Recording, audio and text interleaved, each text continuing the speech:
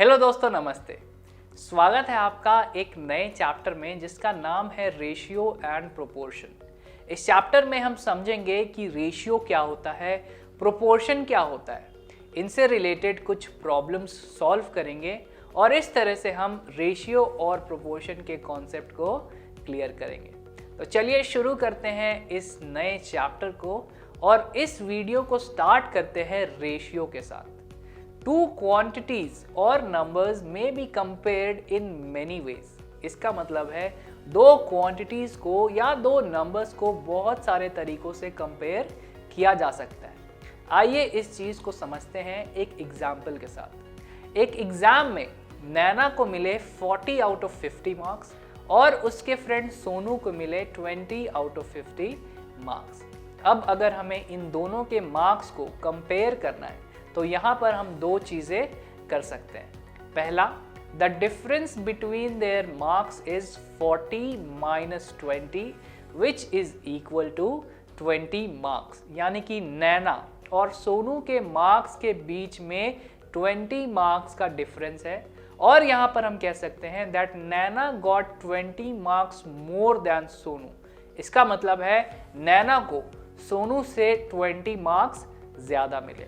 और दूसरे तरीके में हम क्या करेंगे, Naina's marks by Sonu's marks, this will be equal to 40 by 20।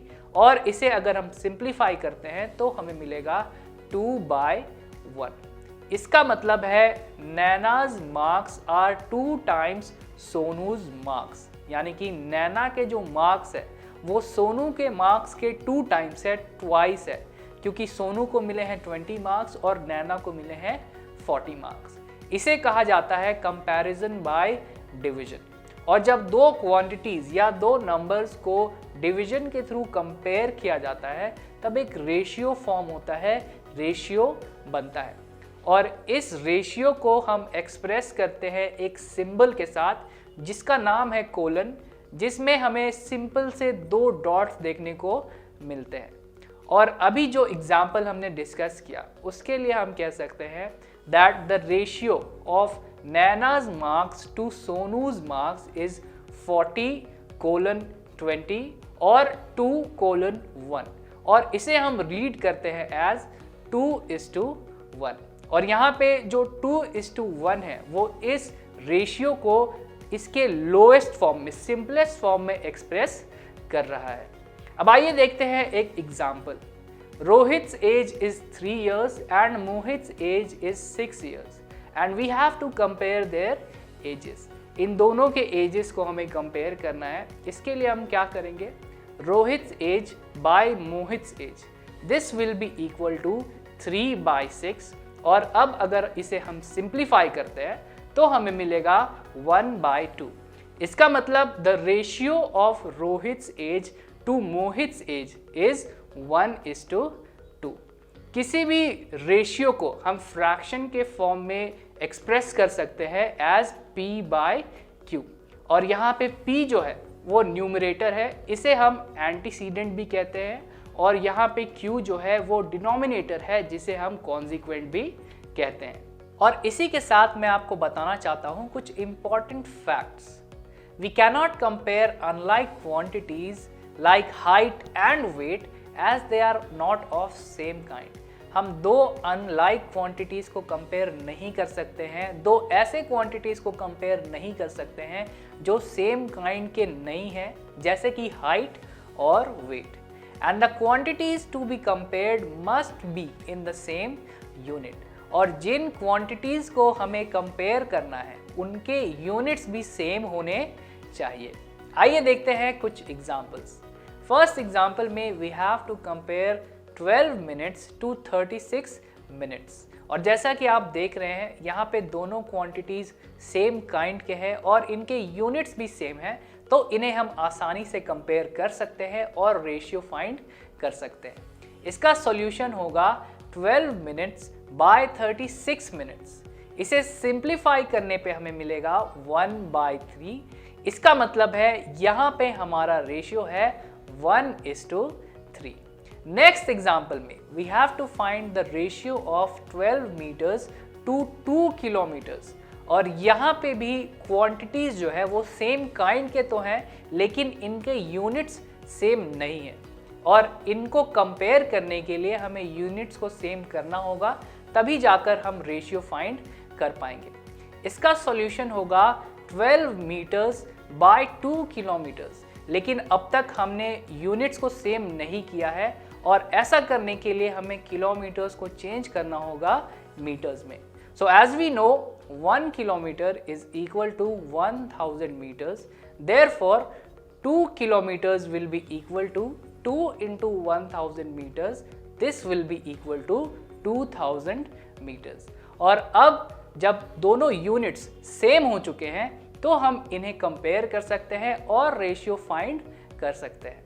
अब हम करेंगे 12 मीटर्स बाय 2000 मीटर्स, और इसे सिंप्लीफाई करने पे हमें मिलेगा 3/500, और इसका मतलब है यहाँ पे हमारा रेशियो है 3:500। अब आइए देखते हैं कुछ और इंटरेस्टिंग प्रॉब्लम्स। यहाँ पे गिवन है that Ravi wanted to distribute 1200 rupees between his son and daughter in the ratio 7:5। यानी कि रवि अपने बेटे और बेटी के बीच में 1200 रुपीज डिस्ट्रीब्यूट करना चाहता है, बांटना चाहता है 7:5 के रेशियो में, और हमें फाइंड करना है कि उन दोनों को कितने कितने पैसे मिलेंगे। सबसे पहले जो अमाउंट ऑफ मनी है 1200 रुपीज, इसे हम डिवाइड करेंगे into 7 + 5 which is equal to 12 parts, जिसमें से 7 पार्ट्स मिलेंगे सन को और 5 पार्ट्स मिलेंगे डॉटर को। और इसके according the sons share will be equal to 7/12 of 1200 rupees. This is equal to 7/12 into 1200, और यहाँ पे कैलकुलेट करने पे हमें मिलेगा 7 into 100 which is equal to 700 rupees, and the daughter's share will be equal to 5/12 of 1200 rupees. This is equal to 5/12 into 1200, और यहाँ पे कैलकुलेट करने पे हमें मिलेगा 5 into 100 which is equal to 500 rupees. Next problem में गिवन है that 60 people work in an office, out of which 45 are men and the rest are women। और यहाँ पे हमें 3 चीजें फाइंड करनी है। सबसे पहले हमें फाइंड करना है the ratio of number of men to the number of women. इसके बाद हमें फाइंड करना है the ratio of number of women to the number of men, और लास्टली हमें फाइंड करना है the ratio of number of women to the number of total people. आइए देखते हैं इसके सॉल्यूशन को। Total number of people is equal to 60, number of men is equal to 45, therefore number of women will be equal to 60 - 45 which is equal to 15। और पहले part में हमें find करना है the ratio of number of men to the number of women. इसका मतलब 45:15 which is also equal to 3:1। Second part में हमें फाइंड करना है the ratio of number of women to the number of men. इसका मतलब है 15:45 which is also equal to 1:3। और लास्टली हमें फाइंड करना है the ratio of number of women to the number of total people. इसका मतलब है 15:60 which is also equal to 1:4। और हमारे लास्ट प्रॉब्लम में गिवन है that a teacher earns 45,000 rupees and that her monthly expenditure is 30,000 rupees. इसका मतलब एक टीचर 45,000 रुपीज कमाती हैं और उनका महीने का खर्च 30,000 रुपीज है। इस प्रॉब्लम में हमें 3 चीजें फाइंड करनी है। सबसे पहले हमें फाइंड करना है the ratio of her expenditure to her income. इसके बाद हमें फाइंड करना है the ratio of her savings to her income, and then हमें फाइंड करना है the ratio of her savings to her expenditure. तो चलिए इस प्रॉब्लम के सॉल्यूशन को स्टेप बाय स्टेप देखते हैं। सबसे पहले पार्ट में we have to find the ratio of her expenditure to her income, which will be equal to monthly expenditure by monthly income. इनका मंथली एक्सपेंडिचर है 30,000 रुपीज और इनका मंथली इनकम है 45,000 rupees. So the ratio will be equal to 30,000 by 45,000. इसे simplify करने पे हमें मिलेगा 30 बाय 45.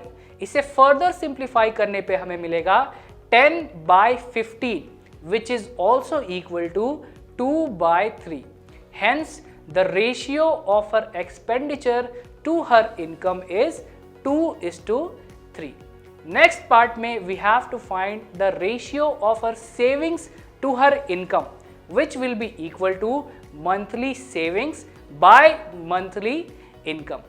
और monthly savings will be equal to monthly income minus monthly expenditure. इसका मतलब monthly savings इनका होगा 45,000 minus 30,000, which is equal to 15,000. So the ratio will be equal to 15,000 by 45,000. इसे simplify करेंगे अगर हम तो हमें मिलेगा 15 by 45, which is also equal to 1 by 3. Hence the ratio of her savings to her income is 1:3. और last part में हमें फाइंड करना है the ratio of her savings to her expenditure.